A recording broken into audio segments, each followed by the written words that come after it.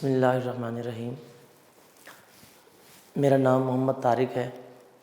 तो आज हम क्लास 10th का पहला लेक्चर केमिस्ट्री का स्टार्ट करते हैं। अब हम बात करते हैं केमिकल इक्विलिब्रियम की। जब भी बात की जाती है तो हमें पहले पता होना चाहिए व्हाट इज़ केमिकल रिएक्शन। हमें केमिकल रिएक्शन का पता होना चाहिए, क्योंकि केमिकल रिएक्शन का जब तक हमें पता नहीं होगा तब तक हम केमिकल इक्विलिब्रियम को नहीं समझ सकते। तो सबसे पहले हम बात करते हैं कि केमिकल रिएक्शन है क्या। What is chemical reaction.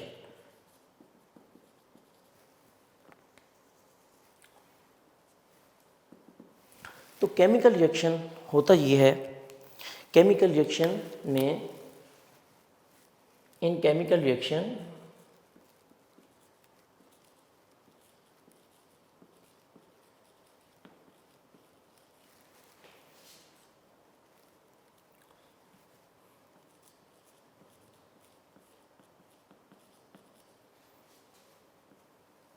substances combine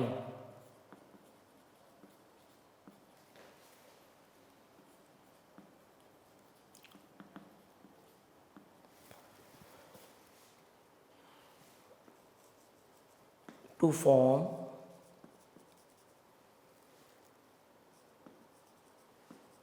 the new substances।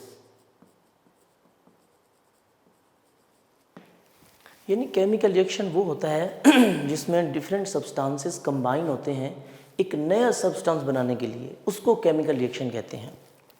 अब यहाँ पर मैंने दो बातें की हैं। पहली बात तो मैंने ये की है कि सब्सटेंसेस कंबाइन होते हैं, सब्सटेंसेस कंबाइन होंगे तो कोई नया सब्सटेंस बनेगा। दूसरी बात मैंने की है to form the new substance, the new substances, नए सब्सटेंस बनाने के लिए उसको केमिकल रिएक्शन बोलेंगे। अब इसकी एग्जांपल कैसे पता चलेगा। फॉर एग्जांपल, जो कि अक्सर हम एक एग्जांपल डिस्कस करते हैं, फॉर्मेशन ऑफ वाटर। अब हमें पता है when hydrogen gas and oxygen gas combine to form water H2O। Balance करने के लिए हमें पता है हम यहाँ पर 2 लगाएंगे, क्योंकि ऑक्सीजन यहाँ 2 है, यहाँ 1 था, 2 लगाया। इसी तरह जब यहाँ 2 लगाएंगे तो हाइड्रोजन 2 2 4, हाइड्रोजन को बैलेंस करेंगे, यहाँ भी 2 लगाएंगे। ये बैलेंस इक्वेशन है वाटर की। इस रिएक्शन की कुछ कंडीशंस होती हैं। In the presence of platinum catalyst, और हम इसको हीट भी करते हैं। इन दो गैसेस को जब हम हीट करते हैं in the presence of platinum तो वाटर बनता है। हमें पता है कि ये हाइड्रोजन गैस है, ऑक्सीजन भी गैस है, जबकि वाटर लिक्विड है। तो अब इसमें देखें कि दो सब्सटेंस कंबाइन हो रहे हैं और एक नया सब्सटेंस बना रहे हैं जो कि वाटर है। अब यहाँ पर बात की गई, जो सब्सटेंस कंबाइन होते हैं उनको कहा जाता है रिएक्टेंट्स। यानी इस रिएक्शन में अगर हम देखें hydrogen gas and oxygen gas, these are called reactants. और जो नया सब्सटेंस बना, चाहे वो एक बने चाहे वो 2 बने, जितने भी बने, उसको हम बोलेंगे प्रोडक्ट। ये हमारे पास प्रोडक्ट है। रिएक्टेंट्स हमारे पास 2 हैं और प्रोडक्ट हमारे पास 1 है। तो ये केमिकल रिएक्शन है। तो हम कह सकते हैं कि जो सब्सटेंस कंबाइन होते हैं उनको कहा जाता है रिएक्टेंट्स, और जो नया सब्सटेंस बनता है या जो नए सब्सटेंसेस बनते हैं उनको कहा जाता है प्रोडक्ट्स। तो केमिकल रिएक्शन में रिएक्टेंट्स और प्रोडक्ट्स का कॉन्सेप्ट भी क्लियर हो गया। तो ये केमिकल रिएक्शन था। अब ज़रूरी नहीं है कि सारे केमिकल रिएक्शन में इक्विलिब्रियम हो, और ज़रूरी नहीं है कि केमिकल रिएक्शन में इक्विलिब्रियम ना हो। इट मीन केमिकल रिएक्शन में इक्विलिब्रियम हो भी सकता है और नहीं भी हो सकता। तो जिनमें हो सकता है उनको भी डिस्कस करते हैं, जिनमें इक्विलिब्रियम नहीं होता उनको भी डिस्कस करते हैं। ठीक है। तो कुछ केमिकल रिएक्शन ऐसे भी होते हैं जब उनका रिएक्शन कराया जाए तो उसमें सारे के सारे जो रिएक्टेंट्स हैं वो प्रोडक्ट्स में कन्वर्ट हो जाते हैं और उसके बाद रिएक्शन ख़त्म हो जाता है। उस रिएक्शन को कहा जाता है कंप्लीट रिएक्शन। कंप्लीट रिएक्शन यानी ऐसा chemical reaction in which all the reactants have been converted into products, जिसमें सारे रिएक्टेंट्स मिलकर प्रोडक्ट बना लें और रिएक्शन कंप्लीट हो जाए। फॉर एग्जांपल वाटर की फॉर्मेशन की बात करते हैं। देखिए अगर हम हमारे पास कितने 2 मोल हाइड्रोजन थे, 1 मोल ऑक्सीजन गैस थी, यानी कि 2 मोल ऑक्सीजन मॉलिक्यूल, 1 मोल ऑक्सीजन मॉलिक्यूल, 2 मोल हाइड्रोजन मॉलिक्यूल, 1 मोल ऑक्सीजन मॉलिक्यूल थे, तो 2 मोल किसके बने? वाटर मॉलिक्यूल के बने। तो हमारे पास जितने रिएक्टेंट्स थे सारे कन्वर्ट हो गए किसमें? प्रोडक्ट्स में। इक्वेशन बैलेंस हो गई। इसको कहा जाता है कंप्लीट रिएक्शन। यानी जितने रिएक्टेंट्स थे सारे के सारे मिलकर किसमें कन्वर्ट हो गए? प्रोडक्ट्स में। उनको कंप्लीट रिएक्शन। इसी तरह एक और एग्जांपल भी है हमारे पास, अगर हम बात करें, हमने पहले भी पढ़े हुए, सोडियम और क्लोरीन की जब आपस में कंबाइन होते हैं सोडियम क्लोराइड बनाते हैं। बैलेंस करने के लिए हम यहाँ 2 लगाते हैं और यहाँ भी 2 लगाते हैं। तो हमें पता है 2 सोडियम है और 2 ही क्लोरीन है, दोनों ने आपस में मिलकर 2 सोडियम क्लोराइड बना दिए। यानी जितने रिएक्टेंट्स थे सारे के सारे प्रोडक्ट में कन्वर्ट हो गए, अब कोई रिएक्टेंट बाकी नहीं रहा। सेम हेयर, इसको बोलते हैं कंप्लीट रिएक्शन।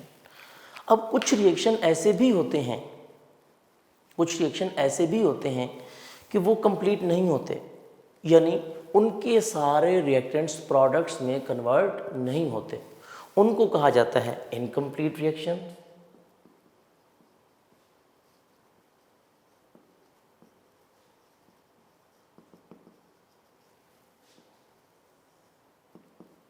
इसको हम डिफाइन भी ऐसे करेंगे, those reactions in which all the reactants do not have been या have not been converted into products. इसमें सारे रिएक्टेंट्स प्रोडक्ट्स में कन्वर्ट ना हों, उनको इनकम्प्लीट रिएक्शन कहेंगे। तो उनको हम आगे डिटेल में डिस्कस करते हैं कि जो इनकम्प्लीट हमारे पास रिएक्शन होते हैं उनको हम नाम देते हैं रिवर्सिबल रिएक्शंस का। जो कंप्लीट रिएक्शंस हैं इनको हम नाम देते हैं इरिवर्सिबल रिएक्शंस का, और जो इनकम्प्लीट होते हैं उनको रिवर्सिबल रिएक्शंस का नाम देते हैं। तो अब हम ज़रा डिटेल में थोड़ा डिस्कस करते हैं कि इरिवर्सिबल रिएक्शंस क्या हैं और रिवर्सिबल रिएक्शंस क्या हैं।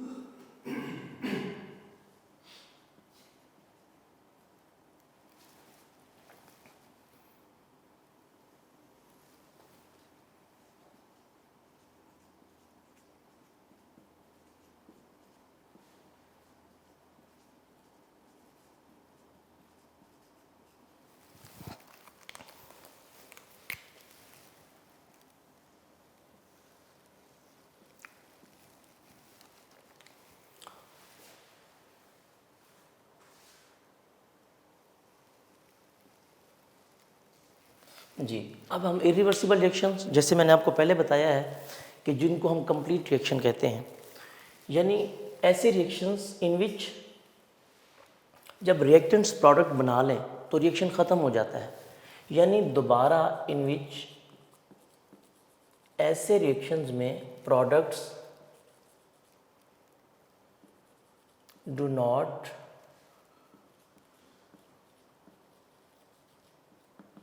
recombine to form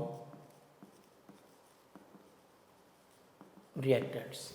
यानी एक बार रिएक्टेंट्स ने मिलकर प्रोडक्ट बना लिया तो उसके बाद प्रोडक्ट दोबारा टूटकर डिकम्पोज होके या रिकम्बाइन होके रिएक्टेंट्स में कन्वर्ट नहीं होंगे। जैसे मैंने आपको एग्जांपल दी वाटर की। अब हाइड्रोजन और ऑक्सीजन ने मिलकर एक दफ़ा वाटर बना लिया तो अब वाटर दोबारा during a chemical reaction decompose होके ऑक्सीजन और हाइड्रोजन में कन्वर्ट नहीं होगा। ऐसे रिएक्शंस को कहा जाता है इरिवर्सिबल। नाम से जाहिर है इरिवर्सिबल, जो रिवर्स ना हो।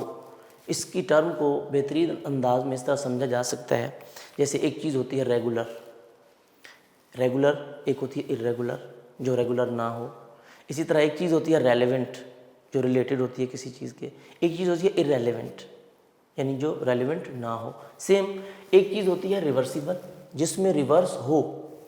एक चीज़ होती है इरिवर्सिबल, जिसमें रिवर्स ना हो, यानी एक बार प्रोडक्ट बन गया सो बन गया, अब दोबारा प्रोडक्ट रिवर्स नहीं होगा रिएक्टेंट्स में। तो इसकी बेहतरीन एग्जांपल वाटर की है कि आप वाटर की दोबारा वो एग्जांपल दे सकते हैं कि when hydrogen gas and oxygen gas combine to form water, this is the example of irreversible reaction. Same sodium chloride वाली भी दे सकते हैं कि एक बार प्रोडक्ट बन गया, उसके बाद दोबारा प्रोडक्ट्स टूट कर रिएक्टेंट्स में नहीं आएंगे। इनकी कुछ कैरेक्टरिस्टिक्स होती हैं। कैरेक्टरिस्टिक्स यही हैं कि पहली कैरेक्टरिस्टिक्स ये है कि इन रिएक्शंस को कंप्लीट रिएक्शंस कहा जाता है, कि ये कंप्लीट हो गए हैं, रिएक्टेंट्स प्रोडक्ट बना चुके हैं। दूसरी बात, इनको रिप्रेजेंट करने का बेहतरीन तरीका है, इनको सिंगल एरो से रिप्रेजेंट किया जाता है। Between reactants and products, they are represented by single arrow, by putting a single arrow between reactants and products like this, like this. ये उनकी कैरेक्टरिस्टिक्स थे। इनको कंप्लीट रिएक्शन कहा जाता है। यानी कि ऐसे भी रिएक्शंस होते हैं जो एक बार कंप्लीट हो गए तो उनमें इक्विलिब्रियम नहीं होता। ऐसे केमिकल रिएक्शंस में इक्विलिब्रियम नहीं होता, नो इक्विलिब्रियम। दूसरी रिएक्शन है रिवर्सिबल रिएक्शंस। अब रिवर्सिबल रिएक्शन मीन नाम से जाहिर है जिनमें रिवर्स हो, यानी जिसमें रिएक्टेंट्स प्रोडक्ट भी बना सकते हो और प्रोडक्ट्स दोबारा रिएक्टेंट्स भी बना सकते हो। यानी हम कह सकते हैं the reactions in which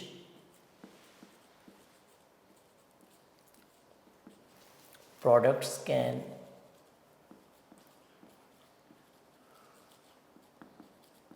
recombine to form reactants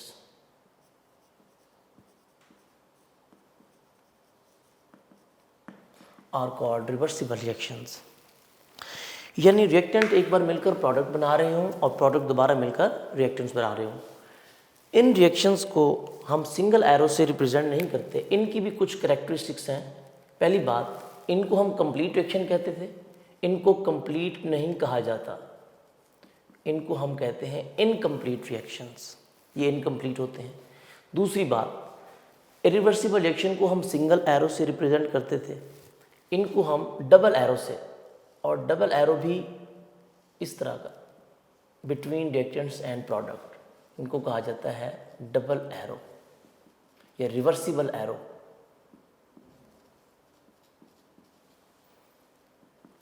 double arrow से रिप्रेजेंट किया जाता है बिटवीन रिएक्टेंट्स एंड प्रोडक्ट्स। और दूसरी बात, इसमें इक्विलिब्रियम नहीं होता था, इसमें होगा, इक्विलिब्रियम लाजमी होगा।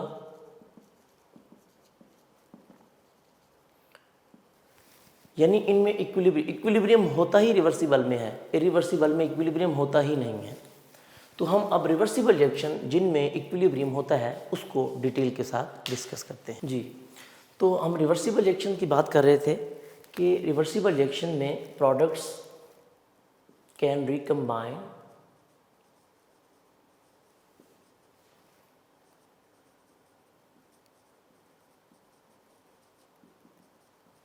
to form reactants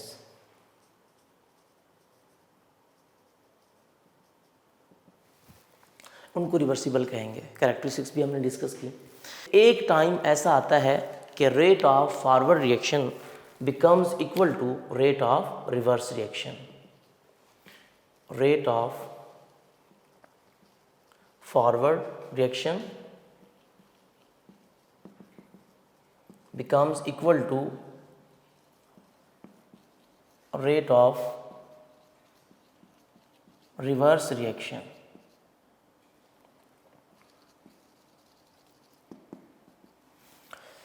तो जब रेट ऑफ फॉरवर्ड रिएक्शन भी और रेट ऑफ रिवर्स रिएक्शन दोनों इक्वल हो जाते हैं तो इसको कहा जाता है केमिकल इक्विलिब्रियम।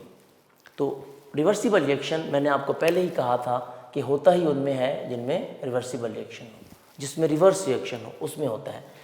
तो इस रिएक्शन में जब रेट ऑफ फॉरवर्ड और rate of reverse reaction equal हो जाते हैं, जो कंपोजिशन होती है रिएक्शन मिक्सचर की at this stage, composition of reaction mixture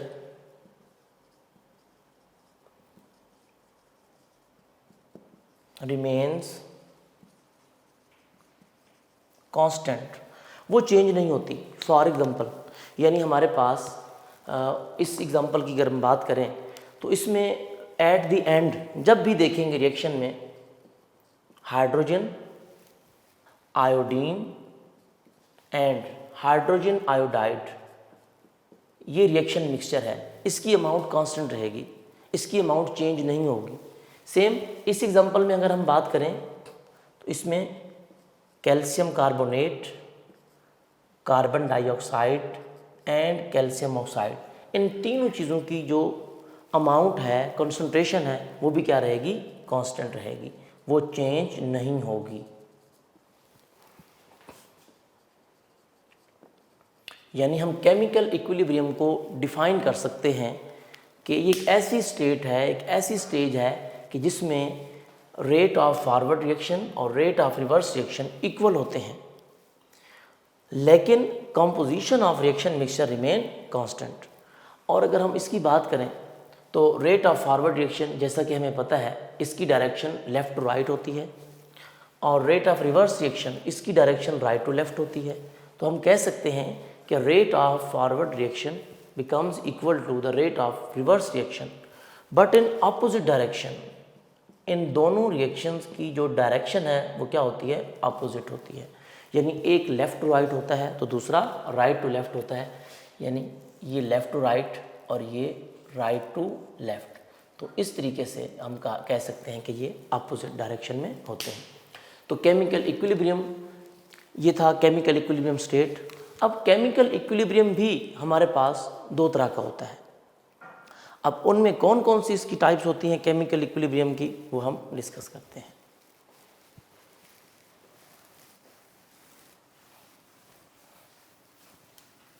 जी, तो केमिकल इक्विलिब्रियम स्टेट की हम बात कर रहे थे। तो केमिकल इक्विलिब्रियम स्टेट, जैसे मैंने आपको बताया कि रेट ऑफ फॉरवर्ड रिएक्शन भी होता है, रेट ऑफ रिवर्स रिएक्शन भी होता है, दोनों की डायरेक्शन अपोजिट होती है, लेकिन कंपोजिशन ऑफ रिएक्शन मिक्सचर वो चेंज नहीं होती। यानी जितने रिएक्टेंट्स थे स्टार्ट में, at the end quantity total उतनी ही रहेगी, वो कोई चेंज नहीं आएगा, अमाउंट में कोई चेंज नहीं आता, वो कांस्टेंट रहती है। तो केमिकल इक्विलिब्रियम स्टेट भी दो तरह की होती है, उसकी भी टू पॉसिबिलिटीज़ हैं। Number 1 static equilibrium and number 2 dynamic equilibrium. तो हम बात करते हैं स्टैटिक इक्विलिब्रियम की। स्टैटिक नाम से जाहिर है, स्टैटिक का मतलब होता है एट रेस्ट, साकिन। तो इसको हम ऐसे कहते हैं कि when reaction ceases to proceed. Ceases एक टर्म है, न्यू टर्म है हमारे लिए। सीजेस मीन स्टॉप हो जाना, रुक जाना, यानी कि रिएक्शन आगे ना बढ़े, प्रोसीड ना करे, रिएक्टेंट्स मिलकर प्रोडक्ट्स बना लें, उसके बाद रिएक्शन प्रोसीड हो जाए, आगे प्रोसीड ना हो रहा हो, आगे फर्दर कोई रिएक्शन ना हो रहा हो, एक बार रिएक्टेंट्स मिलकर प्रोडक्ट बना लें, उसके बाद रिएक्शन रुक जाए, ना उसमें फॉरवर्ड रिएक्शन हो रहा हो ना उसमें रिवर्स रिएक्शन हो रहा हो, उसको बोलते हैं स्टैटिक इक्विलिब्रियम। और ये रिएक्शन होता मोस्टली फिजिकली फिनोमिना में है। केमिकली अगर देखें तो आप ना होने के बराबर है, शायद ही कोई एक आधा ऐसा रिएक्शन हो जिसमें स्टैटिक इक्विलिब्रियम हो, ठीक है। मोस्टली ये फिजिकल फिनोमिना में होता है। जैसे मैंने एग्जांपल दी, अ बिल्डिंग रिमेन स्टैंडिंग, एक बिल्डिंग है वो खड़ी रहती है, गिरती नहीं है। क्यों? क्योंकि फिजिक्स में भी आपने पढ़ा कि उस पर तमाम जो फोर्सेस एक्ट कर रही हैं वो सारी की सारी बैलेंस हैं, उनका रिजल्टेंट ज़ीरो है, सिफर है। इस वजह से वो बिल्डिंग जो है वो स्टेबल रहती है, वो गिरती नहीं है। तो बिल्डिंग रेस्ट में होती है, वो स्टैटिक इक्विलिब्रियम की एग्जांपल है। Building remains standing rather than falling down because all the forces acting on the building are balanced. दूसरी हमारे पास डायनेमिक। डायनेमिक नाम से जाहिर है, डायनेमिक का मतलब होता है कॉन्टिन्यू, कॉन्टिन्यू हो, नॉट एट रेस्ट, रेस्ट में ना होना। तो इसमें क्या होता है कि रिएक्शन स्टॉप नहीं होता, रिएक्शन नहीं रुकता। क्यों नहीं रुकता? रिएक्टेंट्स मिलकर प्रोडक्ट्स बना रहे होते हैं और प्रोडक्ट्स दोबारा मिलकर रिएक्टेंट्स बना रहे होते हैं।